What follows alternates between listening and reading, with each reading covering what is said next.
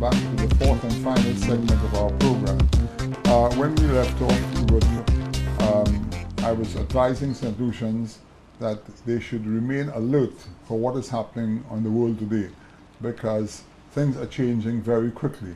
And I distinctly recall some bit of advice which was mentioned to me very recently by a friend, and he compared solar energy to the kind of energy we use today from Lucelec as between the cell phone and the landline. Now we should remember one thing. We always had a telephone at home doing nothing all day. Now we have a cell phone that we can use 24 hours a day because we take it everywhere with us. So we get the maximum use out of an investment. So this is food for thought, and we need to understand that very clearly. Now, another area which I want to focus on, but I'm going to let Carl deal with that, is the question of our vehicles. Now, as you know, many people, when the price of oil dropped from $14 or $15 per gallon to $10 and $11, you know, taxi guys were talking about saving $150, $200 a week in petrol. Just imagine that when we'll be fully on stream with the batteries and the charges, where you can go to a station where they will actually have the batteries with solar power fed into it. You just plug, you don't even have to go there for that matter, you can have it at your home. You can plug your battery into your home, your car, charge it up, and you have to pay nothing in petrol. So that goes to the minibus drivers, the taxi people, and also others who do a lot of driving. Some of us, maybe I'm one of those that spend a bit less, and I still spend $400 or $500 a month in petrol, and there are people spending $1,000 a month. Taxi guys, minibus fellas spending $2,000 a month. Just imagine that going down where you can probably spend zero because you're producing your own fuel at your home from your rooftop. Carl. Yes, wanted to touch on one point before, but on the return of investment, it's basically 25%, so it's good for people to have solar. But back to cars, it's brilliant. Nissan has led the way with the Nissan March. I've driven them. You can put in your gas, your energy at home. Actually, at our businesses, we have electric forklifts, and we charge our electric forklifts during the day from solar panels. We don't charge it with electricity from the grid. So there you will find people who will build solar carports where while you're at work, there is a solar carport and you plug it in. They have them in Barbados, I just saw it there. Correct, they have them in Barbados. So it's not rocket science to put up some panels, put a charger, and while you are in with your car is being charged. But you know, one of the most important things about the whole thing, can you imagine running a solar car with no engine? You don't have any engine to maintain, you know, you have all this expensive parts. So for St. Lucia, can you imagine the amount of foreign exchange that's going to be saved between fuel and car parts running in the billions of dollars, which means now that we must not stop trying to earn the foreign exchange, but we have that much more foreign exchange at our disposal to do other things that we can import. We can, if we want to go into any industry for that matter, we now have the way to do it, because we shouldn't forget, a lot of us, of our economies are being downgraded today by Moody because of our external debt, because we keep borrowing and borrowing and borrowing, and we won't have to borrow because if we have the foreign exchange to match our EC dollar, we're well away to the races. So I'll let you continue on that as far as what you're doing now and your experience in Dominica.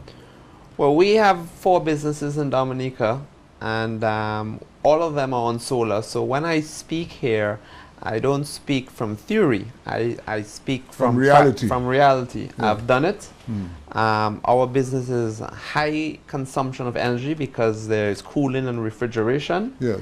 And so we went into it, and when I saw what an opportunity this was, my business saves 25% every year, and after 4 years, paid off. Investment. And then I have another 16 years of free cash flow. Yes. So for instance, right now I'm building 3 football fields because I have extra capacity to be able to do good things for our company, for our island. Yeah.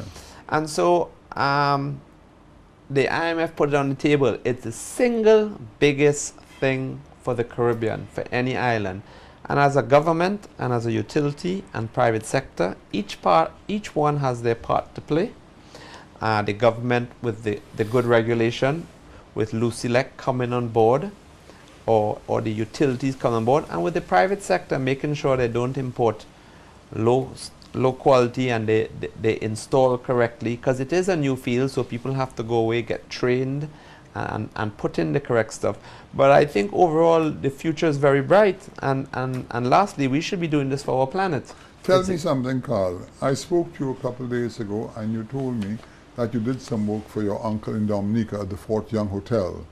And if I'm not mistaken, can you just highlight exactly what you did and what kind of saving that he was able to derive? I can tell you about mine, and then I'll tell you about his. Well, his own is, we did it for LED, and the savings for LED would equate, he would save 160,000 over 4 years because he went from conventional lights to LED. Then his solar hot water heating is redesigned and put on with proper panels, and he'll save about 130,000 there. So what happens is that versus what he was paying before, right? What kind of a percentage, general? Let us say he was paying $120,000 a month in electricity. What would he be paying today? If he was paying 120, he would be paying somewhere around 80,000. So he'd be saving 40,000. $40,000. Yeah. And that's what I'm doing at all my businesses. I'm saving about 40,000, and not my entire roof is covered with solar. You don't have to go full pace all the time. You can start off with parts. It can be modular. Because you the can panels ramp are it not up. that expensive anyway. No. And what's the great thing for businesses out there?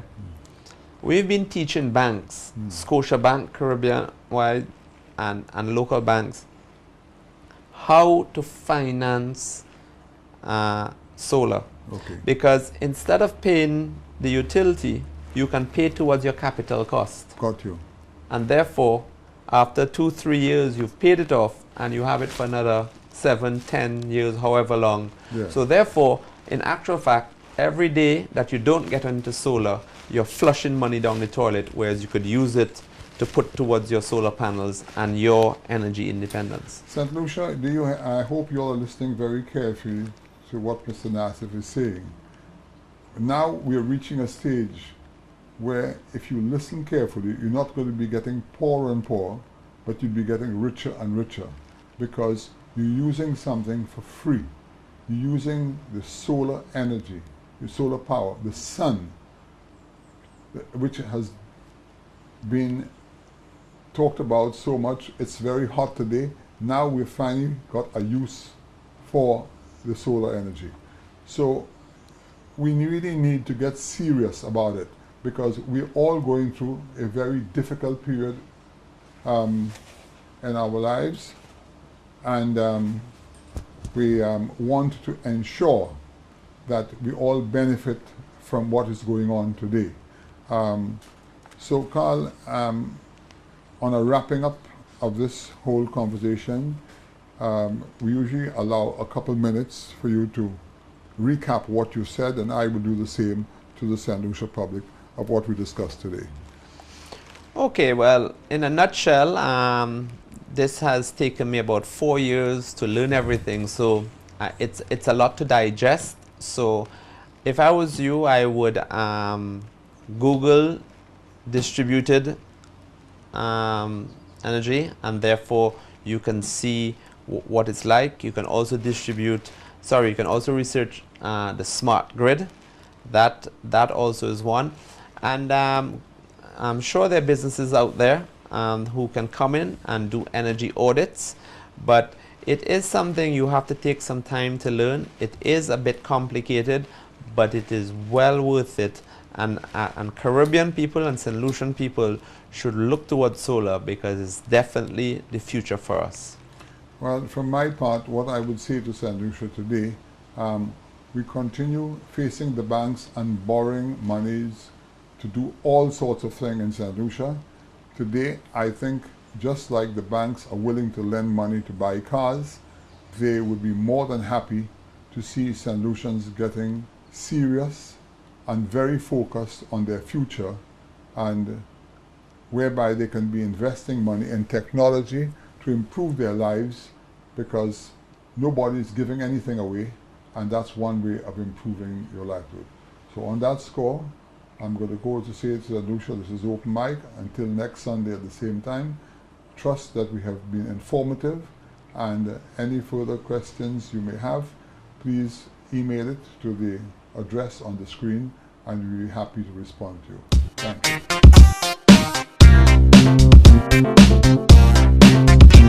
you.